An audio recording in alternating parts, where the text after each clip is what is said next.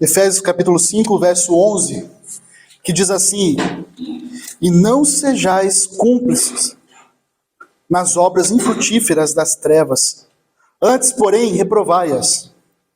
Porque o que eles fazem em oculto, o só referir é vergonha. Mas todas as coisas, quando reprovadas pela luz, se tornam manifestas, porque tudo o que se manifesta é luz. Pelo que diz: desperta, ó tu que dormes, levanta-te de entre os mortos, e Cristo te iluminará. Senhor, que a tua palavra seja aplicada em nossas vidas, e possamos glorificar o Senhor hoje, todo sempre, pela tua palavra, e viver conforme a tua vontade, em nome de Jesus. Amém. Meus irmãos, nós estamos dando a sequência a esse estudo a respeito do livro de Efésios, carta de Paulo aos irmãos em Éfeso, e nós estamos colocando em fragmentos esse capítulo, porque eu considero um capítulo com muita informação importante para a igreja, e é difícil a gente passar direto sem perceber alguma dessas informações e passar correndo essas informações sem a gente se aprofundar um pouco mais. Por isso nós estamos nos atendo um pouco mais desse capítulo 5, e nós já falamos, e eu quero dar um resumo aqui do capítulo 5, do que nós falamos até aqui. Se a gente for pegar ali no verso 1 do capítulo 5, Paulo está chamando a igreja de Éfeso a ser como Deus, a ser imitadores de Deus, né? E aqui Paulo vai nos dizer que nós devemos ser imitadores de Deus no amor, porque Deus é amor. Nós precisamos viver uma vida da qual ama o seu próximo, ama ao Senhor, ama as coisas de Deus. E o verso 2, Paulo não somente vai dizer que nós devemos ser como Cristo, imitadores de Deus, mas nós devemos ser imitadores de Cristo, porque o Cristo deu a sua vida. Então esse é o nível do amor que nós devemos amar, porque assim como Cristo andou e se entregou em amor a Deus, assim nós devemos também fazer. E o verso 3, Paulo já começa a trazer a exortação. Olha, cuidado com o pecado, porque o pecado, esse pecado que muitas vezes você fala dele, esse pecado que muitas vezes você comete, e esse pecado que muitas vezes você exalta ele, esse pecado levou Cristo na cruz. Esse pecado fez com que Jesus morresse na cruz. E nós não podemos, Paulo vai dizer, nem sequer se orgulhar desse pecado. Nem sequer olhar para trás e dizer assim, né, tem o que eu vejo de gente quando vai falar do seu testemunho, acaba exaltando muito mais o pecado do que realmente Cristo fez na sua vida, transformação que Cristo fez na sua vida. E Paulo diz, toma cuidado com isso. Pelo contrário, não só vocês vão deixar de falar sobre o pecado, mas vão falar, testemunhar o que Deus fez em suas vidas, edificando uns aos outros. É o que ele diz no verso 4. Edifiquem uns aos outros com o testemunho da vida de vocês, com aquilo que vocês estão vivendo. E o verso 5 ele vai destacar que aqueles que vivem nessa imoralidade, ou seja, aqueles que vivem ao seu bel prazer, aqueles que não entendem o que Deus... Esse Deus, não entende, esse Deus que nós servimos, que é um Deus santo, santo, santo, que temos que nos abster do pecado, Paulo vai dizer que esses não têm parte na herança do reino de Cristo. E aqui é um assunto muito importante, porque o crente em Cristo Jesus, quando ele peca, isso incomoda ele. Mas o mundo não se incomoda com isso. E é por isso que Paulo está dizendo, aquele que vive nessa imoralidade, na idolatria, esse não tem herança em Cristo, porque ele não se importa com as coisas de Deus. E aí, na outra pregação, nós dividimos até o verso 5, na outra pregação nós falamos a partir do verso 6, onde Paulo exorta a igreja que existe caluniadores no meio da igreja. Então a igreja precisa tomar cuidado. E Paulo ressalta que a ira de Deus vem sobre este mundo. Esse mundo pecador, esse mundo que levou Cristo a ter que pagar na cruz os pecados deste mundo, que fez com que os pecadores levassem Jesus na cruz, a sofrer na cruz. Paulo vai ressaltar que a ira de Deus vem sobre essas pessoas que desobedecem a Deus. E a ira de Deus é justamente o que nós falamos hoje de manhã, é deixar as pessoas ao seu bel prazer. Assim ter punição, assim, vamos dizer, uma punição severa, vamos dizer, que nós olhamos para... mas Deus não está derrubando o irmãozinho ali com um raio na cabeça, como ele fazia antes. Né? Então, será que Deus está gostando de tudo isso? Na verdade, não. Paulo vai dizer que a ira de Deus, ela vem sobre o mundo, ela está sobre o mundo, e como que a gente vê essa ira? As pessoas fazendo o que quiser. Vivendo na libertinagem, vivendo ao seu bel prazer e achando que as coisas estão boas. E Deus diz que Paulo diz que essa é a ira de Deus sobre a humanidade. Isso é uma coisa muito séria. Hoje a gente estava estudando a respeito disso, eu estava falei, Senhor, a gente achando que a gente está bem, né? Ai, que Deus gracioso, um Deus que não pune, quando na verdade se nós fôssemos punidos, ou então se as pessoas fossem punidas pelo pecado, com certeza a gente teria muito mais temor e tremor. Se a gente visse, né, fulaninho ali, ó, sofrendo por causa do pecado, né, infelizmente Deus nos permite a vivermos da forma como nós queremos viver, e essa é a ira de Deus sobre a humanidade hoje. E o verso 7, Paulo vai dizer que por essa razão nós não podemos ser coparticipantes da vida dessas pessoas, do estilo de vida. Agora nós passamos das trevas para a luz. Antes vocês viviam contando piadas, e Paulo vai usar justamente essa palavra, né, gracejos. Vocês tiravam sarro e tudo mais, mas hoje não é mais. Vocês não podem mais viver disso, né? Vocês não podem mais praticar esse tipo de vida. Pelo contrário, mais uma vez, no verso 8, antes vocês eram trevas, agora vocês são luz. Então vocês devem andar como filhos da luz. Então vocês têm uma prática a seguir. Vocês têm uma vida, um caminho, uma forma de viver diferente do mundo. E aí, verso 9, Paulo ressalta mais uma vez que esses filhos provam ser filhos da luz pelo fruto. Né? Então, nós conseguimos observar quem são filhos, aqueles que são filhos da luz. É porque pelos frutos os conhecereis. E aí, ele praticamente faz uma comparação com Gálatas, quando fala do fruto do Espírito, né? Bondade, justiça, verdade. Então, Paulo vai dizer que somente assim nós podemos agradar o Senhor. Só que agora o bicho vai pegar.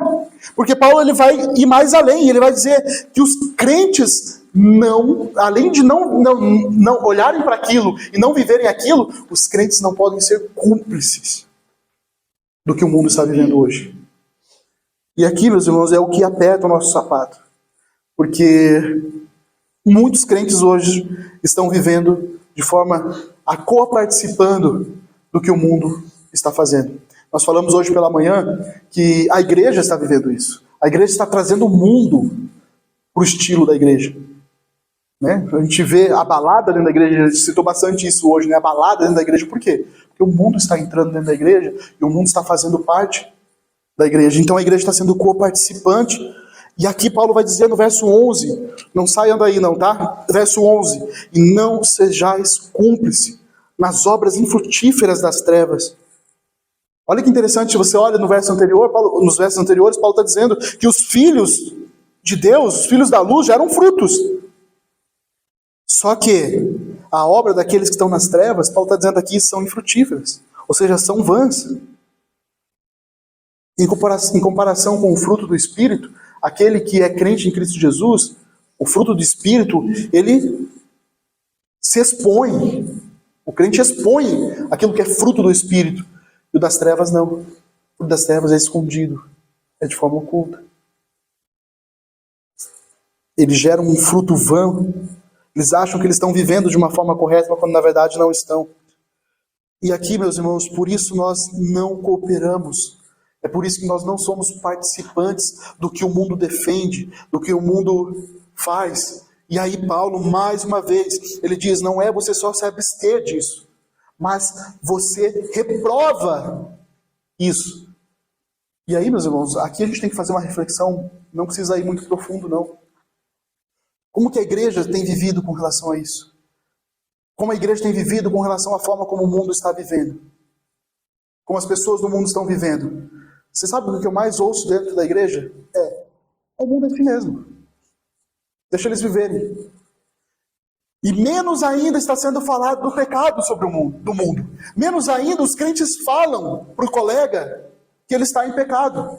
Menos ainda nós falamos para as pessoas que estão ao nosso redor, que não conhecem a Cristo, que aquilo que ela está vivendo, a forma como ela está vivendo, é pecado e aquilo a condena a ir para o inferno. Que ela é pecadora, meus irmãos. O mundo não está ouvindo sobre os pecados. Eles ouvem mais e mais dessa graça de Deus, né, desse Deus maravilhoso, mas não fala sobre o pecado. E a igreja está sendo cúmplice disso. Paulo está dizendo, não só Sejam cúmplices, não sejam cúmplices, mas reprovem isso. Se afastem e reprovem. Reprovem aquilo que ofende a Deus. E eu te pergunto, meu irmão, eu falo isso para mim. Será que onde nós estamos vivendo, nós estamos reprovando mesmo? Estamos mostrando a reprovação de Deus do que nossos amigos estão fazendo? Será que a gente chega num canto para um amigo e fala assim, olha, não é assim que você deve viver? E Paulo não está dizendo só não sejam cúmplices, mas reprovem isso. Mostrem para eles que eles estão ofendendo a Deus. E o verbo reprovar aqui é muito interessante que no grego ele tem muito essa característica de trazer à luz. O reprovar é justamente mostrar para a pessoa que ela está no caminho errado, que ela está cometendo algo errado contra Deus. Isso é reprovar. E meus irmãos, eu quero fazer um parênteses aqui sobre o momento que nós estamos vivendo no nosso país. Quem me conhece já de um bom tempo sabe que eu sou, apesar de eu gostar muito de política, eu não sou partidário. Ou seja, eu não fico usando as redes sociais para ficar expondo um candidato a um outro. Vocês nunca vão me ver defendendo bandeiras tal, disso, daquilo, de um candidato tal. Vocês não vão ver esse lado partidário meu, embora eu goste muito de política. Mas aqui eu quero dar uma palavra para nós, como igreja, meus irmãos, com relação ao que nós estamos vivendo hoje e o que nós estamos prestes a fazer daqui 1, 2 semanas, que é a votação. Eu preciso trazer isso para um contexto do que nós estamos vivendo. E, meus irmãos, resumidamente, nós não podemos ser cúmplices do erro, de bandeiras que são defendidas contra a vontade de Deus, a vontade revelada. Então, quando nós formos votar, tenham consciência de quem vocês estão votando. Pesquise a respeito da pessoa que você vai lá digitar o seu voto. Pesquise o que ele defende, o que é contrário ao que nós defendemos. Pesquise, veja o que ele fala a respeito do casamento homoafetivo. Pesquise o que esse deputado, esse presidente, esse candidato defende a respeito do aborto. Pesquise o que ele defende com relação à liberdade. Meus irmãos, pesquisem sobre isso, porque nós não podemos ser cúmplices. E aí você pode dizer assim, Henrique, mas meu voto não vai fazer diferença. Pode não fazer tanta diferença assim, mas você sabe na sua consciência quando você está sendo cúmplice de algo ou não. E você pode dizer assim, mas se Deus determinou que fulano vai ganhar, Deus fulano vai ganhar, vai. Mas você não está sendo cúmplice disso. Deus determinou que Jesus ia morrer na cruz. Deus determinou isso. E Judas foi cúmplice. Ou seja, a vontade de Deus era que Jesus morresse na cruz. A vontade decretiva de Deus. Mas o cara que estava junto com Jesus foi o cúmplice disso. Da morte de Cristo. Então, se Deus determinou e tinha que acontecer, então esse cara é salvo, porque foi Deus? Não. Ele teve que pagar e ele se matou, E a Bíblia diz que o pecado, segundo Deus, a tristeza, segundo Deus, gera vida. Mas a tristeza, segundo o homem, gera morte. O que Judas fez? Se matou. Não gerou arrependimento ali. Por quê? Ele fez o que o coração dele queria fazer. E como crentes em Cristo Jesus, nós não podemos ser cúmplices daquilo que está por vir. Meus irmãos, o que está por vir está determinado por Deus. Quem vai ganhar está determinado por Deus. Mas nós temos a obrigação de, como crentes, vivermos e decidirmos e fazermos tudo conforme a palavra de Deus. Mas não vai ter perseguição? Não tem que ter perseguição? Se tem que ter perseguição, não tem que ter. É Deus que direciona. Mas o homem crente em Cristo Jesus, ele jamais é cúmplice disso. Henrique, mas eu vou votar em fulano e quem garante que ele vai fazer? Não vai ser você que vai garantir isso. E se ele está falando uma coisa e vai fazer outra, é ele que vai prestar conta com relação a Deus, por ter enganado o povo de Deus. Enfim, nós temos que fazer a nossa parte. Crente não pode se abster disso. Crente não pode se abster das coisas perigosas deste mundo, das coisas deste mundo. Antes, reprovai-as. Não é só se abster, mas é reprovar. É não sendo cúmplice. Coisas mais incoerentes que eu já ouvi em crentes que acham que estão defendendo o certo, mas estão totalmente contrário à Bíblia. Uma vez num grupo, eu não sou, como eu disse, eu não sou militante, mas uma vez, logo na Argentina, quando um presidente ganhou, nos primeiros 6 meses, não sei quantos viram a notícia, mas nos primeiros 6 meses ele colocou em pauta a liberação do aborto. Nos primeiros 6 meses dele. E a notícia, estava vendo a filmagem, meus irmãos, eu vi as mulheres chorando de alegria por ter sido votado, por ter sido aprovado a lei do aborto. E aquilo me deixou meu coração tão apertado, que eu fui um militante ali e postei a foto lá daquelas mulheres chorando, indignado. Eu falei, olha, que absurdo, que ponto a humanidade está chegando. Elas choram de alegria de saber que agora elas podem abortar. E aí alguém, veio lá, um jovem, e falou assim, você está sendo militante,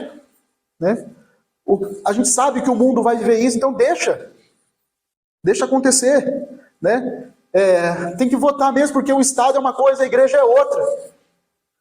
E a coisa mais incoerente para um jovem, eu queria ter chegado para ele e falado assim, cara, quando você tiver seu filho, quando tiver sua filha, e ela chegar para você e dizer assim, pai, eu estou grávida, mas eu vou abortar. Você vai ser contra. E aí ela vai dizer para você assim, pai, eu não me importo com o que você pensa. O Estado permite que eu aborte. E você foi cúmplice disso. Você provou que isso acontecesse. Você foi cúmplice. Pode não ter feito tanta diferença, mas você foi cúmplice. E o que eu vejo, meus irmãos, o que eu imagino, e eu espero que assim não seja, mas eu vejo crentes vivendo uma vida de perseguição. Se certas coisas acontecerem, eu fico calculando, vamos ver o que aconteça. Mas crentes olhando, vão olhar para trás e vão dizer, eu fui cúmplice disso. Essa perseguição que está ocorrendo, essas coisas que estão acontecendo na igreja, essas coisas que os crentes estão vivendo, eu fui cúmplice disso. Mais uma vez, a gente não sabe o que se passa no coração dos homens, e nós não votamos nas pessoas porque nós acreditamos que essas pessoas são os Messias escolhidos por Deus. Mas se fulano defende as pautas bíblicas, aquilo que nós consideramos bíblico, e outra pessoa defende completamente diferente disso, meus irmãos, eu não sei vocês, mas se vocês não estão compreendendo que se vocês estão sendo cúmplices disso, eu não sei quem pode deixar mais claro do que a Bíblia. Não sejamos cúmplices. Verso 12. Porque o que eles fazem em oculto, o só referir é vergonha. O pecado que as pessoas cometem em segredo são tão depravados, são tão horríveis, que só de referir o que eles fazem é vergonhoso. Imagine praticar. Eles praticam isso. Se a gente fosse a fundo a tudo que acontece no mundo hoje, a situação que a humanidade está hoje, meus irmãos, é vergonha só de referir. Só de falar aqui seria desastroso da minha parte, porque é horrível a forma como o mundo está vivendo hoje. Hebreus 4,13 diz assim, não há criatura que não seja manifesta na sua presença. Pelo contrário, todas as coisas estão descobertas e patentes aos olhos daquele a quem temos de prestar contas.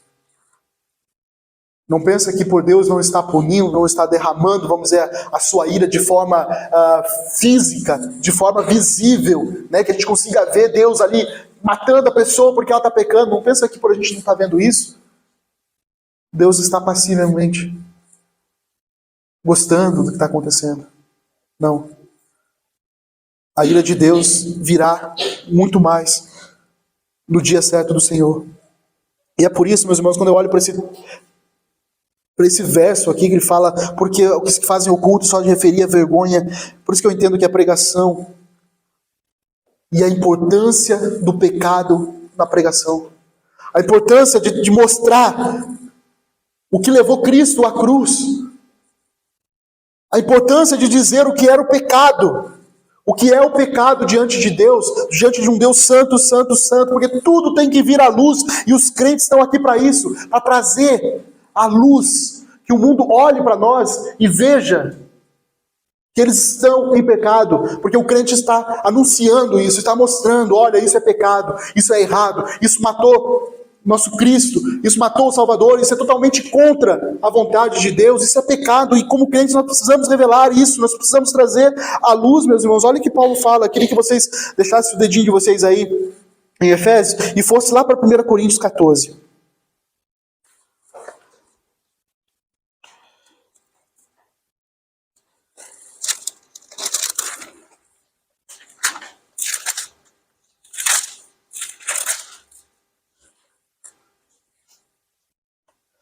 1 Coríntios 14, verso 24, olha o que diz. Paulo está dando uma exortação a respeito do que tem que ser a igreja, o que é a igreja, como que tem que ser um culto, por exemplo, ao Senhor. E aí ele vai dizer assim, se as pessoas estiverem falando em línguas, de que vai adiantar se um não crente entrar na igreja e não compreender? Se as pessoas estiverem falando de qualquer forma, falando coisas difíceis, por exemplo, se eu estiver pregando aqui, vocês não estiverem entendendo, de que está adiantando? Se um não crente entrar aqui e não entender nada do que eu estou falando, do que adianta? E Paulo está trazendo isso. Porém, se todos profetizarem e entrar algum incrédulo ou indulto, é ele por todos convencido e por todos julgado. E Paulo está dizendo aqui, aquele que prega o evangelho, quando um não crente ouvir o que a gente está dizendo, ele vai olhar para aquilo, vai se reconhecer e vai ver como ele é pecador.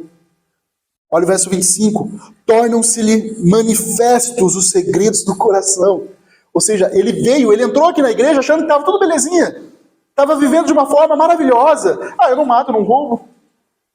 Estou vivendo bem. Mas quando o crente prega o evangelho, quando o crente anuncia o evangelho, seja na escola, seja no trabalho, seja onde for, mostra para a pessoa que ela está pecando diante de Deus, é isso que acontece. Torna-se manifesto os segredos do coração. E assim, essas pessoas se prostram-se com a face em terra, adorará a Deus, testemunhando que Deus está, de fato, no meio de vós. E eu me pergunto o que as igrejas estão fazendo hoje. Se é que a igreja está profetizando, e aqui profetizar, meus irmãos, é trazer a palavra de Deus, é anunciar a palavra de Deus, não é ficar trazendo coisas novas, não. Mas será que as igrejas estão fazendo isso? Estão levando as pessoas a mostrarem o quão horríveis elas são, o quão pecadores são, o quão distantes estão de Deus? Ou as igrejas estão falando assim, as pessoas que estão vindo para a igreja, que curtem balada, curtem uma vida em pecado, ela chega na igreja e ela vê a diferença? Eu já vi, meus irmãos, pessoas que entraram na igreja, saíram da igreja, dizer, eu achei que era mais uma coisa assim, mais, sei lá, séria, que iam falar coisas assim que eu não queria ouvir e tudo mais. Mas não, foi bem tranquilo. Se um pecador não regenerado entra na igreja e sai de forma tranquila, sai com mais ego ainda, nossa, como foi bom hoje. A igreja não está pregando o evangelho. Porque o evangelho confronta. Porque o evangelho traz luz aos nossos pecados. E aqui o que Paulo está dizendo, vamos voltar para Efésios, o que Paulo está dizendo é, quando você traz a luz, a revelação da luz, aquilo que era oculto, é vergonhoso, mas precisa ser trazido. Nós não podemos ser cúmplices disso.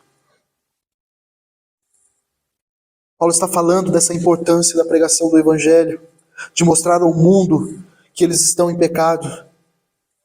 Se não formos nós, crentes, quem vai fazer isso? Como crentes nós temos esse objetivo de levar ao mundo a luz, e os crentes devem ser luz, o direcionamento, o guia do mundo. Será que o mundo hoje pode olhar para os crentes e olhar assim, ali está a verdade? Muito pelo contrário. O mundo olha para nós e acha que nós estamos sendo enganados, e muito. Estamos querendo enganar muitos outros. Não é assim que eles veem? Não vai para a igreja não, porque lá vão te enganar. Vão te falar um monte de besteira, você vai acreditar. Nós sabemos Nós sabemos que para o mundo é loucura o que nós estamos pregando. Mas a igreja tinha que ser a luz que mostra aquilo que está oculto, que exalta, que mostra o pecado da humanidade e fala, olha, isso aqui é pecado diante de Deus. Mas será que estamos sendo igreja mesmo? Enquanto o pecado segue no oculto, ele vai seguir andando da forma mais bela, da forma mais sem ninguém estar vendo. Agora, quando traz a luz, e aqui, meus irmãos, mais uma vez trazendo um exemplo do aborto, nos Estados Unidos, essa pauta ela é muito discutida, né? E um dia, um crente foi estava fazendo uma discussão, e lá eles fazem esses debates de forma bem acirrada. Um crente foi debater junto com uma pessoa que defendia o aborto. E é tão interessante porque você já deve ter visto esse vídeo, mas ela vai explicando como o aborto para a criança não sofrer, né? E aí primeiro vai tirando umas partezinhas ali, por exemplo, vai tirando a cabeça, do feto, tudo mais, porque dele não vai sofrer e tudo mais. E isso, os relatos, assim, vamos dizer, o retorno disso foi absurdo para o mundo. As pessoas que assistiram, até quem não era crente, achou, nossa, que absurdo fazer uma coisa dessa.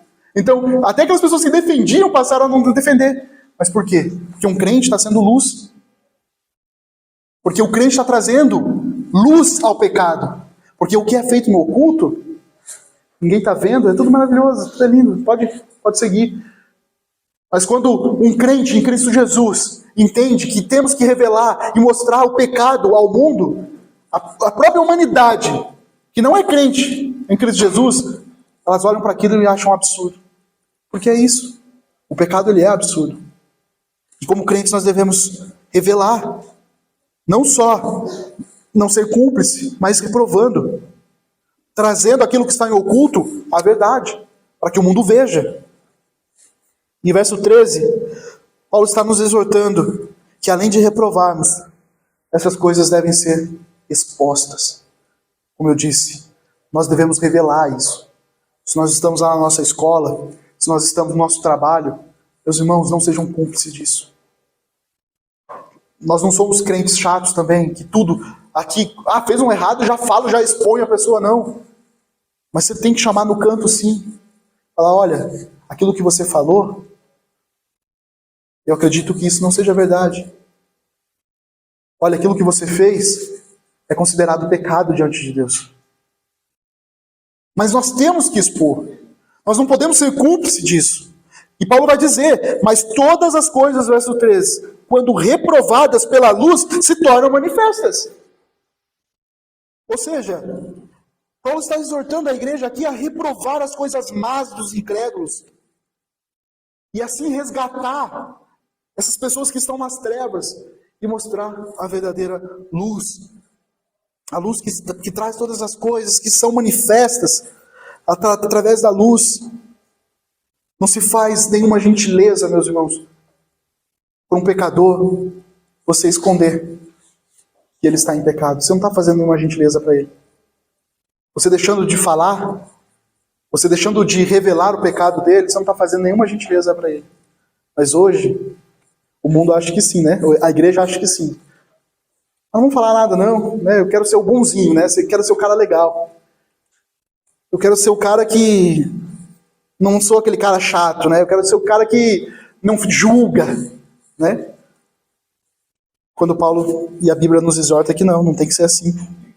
Porque tudo que se manifesta é luz. O crente deve expor os pecados dos ímpios. Como disse, não de maneira arrogante, tem hora para tudo. Mas o crente tem que expor. Tudo que é submetido à luz não fica mais oculto. É como se Paulo estivesse dizendo aqui, olha, quando você coloca em contraste o crente que é filho da luz com os filhos da desobediência, que Paulo cita aqui em cima, né? Tudo isso é desmascarado. Fica claro, fica nítido o pecado. Quando você faz esse contraste. Quando não há contraste, meus irmãos, aquilo que é errado, aquilo que é pecado, fica mais evidente. Verso 14. Pelo que diz, aqui a gente não sabe o que Paulo, exatamente de onde ele tirou esse texto, né? Se é algo que de repente era corriqueiro falar entre os irmãos. Muitos teólogos vão dizer que aqui era um hino que era cantado na igreja, outros teólogos vão dizer que era um hino que era cantado durante o batismo, no momento do batismo, mas o que a gente precisa pegar aqui é a verdade que está exposta nesse verso aqui. Desperta, ó tu que dormes, desperta, igreja. Levanta, igreja. Não fique dormindo. Se desperte. Levante de entre os mortos. Nós estamos diante dos mortos. Nós não podemos ser como mortos, meus irmãos. Se você vê numa guerra e você vê um monte de corpo ali morto, se você quer se disfarçar, se você não quer de repente morrer, você vai se disfarçar como morto, e às vezes você é confundido como morto. Por isso que a gente vê nos filmes de guerra, eles certificando que estava todo mundo morto mesmo. Aquele que ganhou, viu, né? Até o cara morto mesmo, eles fincavam lá a lança para quê? Para certificar, porque é fácil confundir o morto com o vivo, é só o vivo ficar ali, né, intacto. E meus irmãos, é fácil confundir crente com o mundo. Se o crente não faz diferença nenhuma, ele parece um morto. E nós estamos no meio de mortos, pessoas mortas espiritualmente. Qual é a diferença que nós fazemos diante desses mortos? Diante desses que não conhecem ao Senhor? Qual que é a diferença do crente que deveria ser luz e acaba muitas vezes sendo trevas, não fazendo diferença nenhuma? Desperta, tu que dormes. Levanta-te entre os mortos. Sê você aquele que proclama entre os mortos, que faz a diferença entre os mortos, e Cristo te iluminará. E meus irmãos, quando Cristo nos ilumina, nós nos erguemos diante dos mortos. E somos luz, somos vida.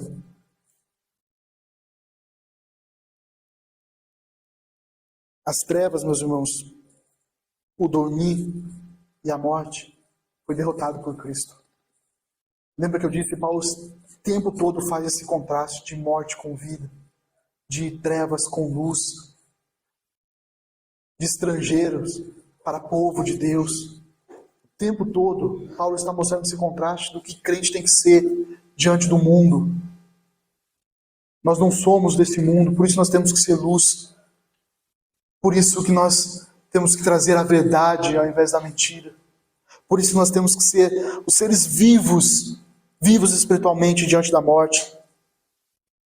A dormência da morte foi substituído pela vida iluminada de Cristo em nossas vidas.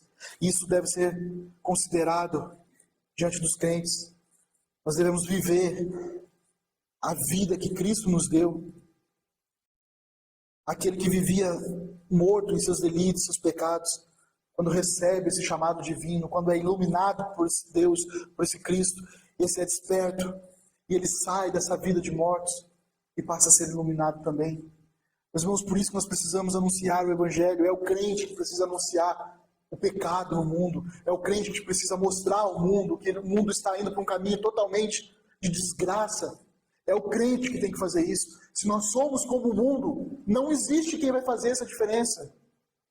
Por isso nós não podemos ser coparticipantes das coisas erradas. Nós não podemos validar o que é pecado, o que é errado. Aqueles que defendem o pecado, aqueles que defendem o que é errado, o que é contra os nossos princípios bíblicos. Jamais podemos defender. Essa era a verdade para aqueles dias que Paulo estava destacando, e é a verdade para nós hoje, para todos sempre. Nós devemos ser luz para este mundo em trevas. A Bíblia diz o tempo todo, ser sal, sejam luz. Não vamos nos distanciar disso. Vamos buscar o que a Bíblia nos ensina que nós devemos ser como igreja, como cristãos. Amém? Vamos orar?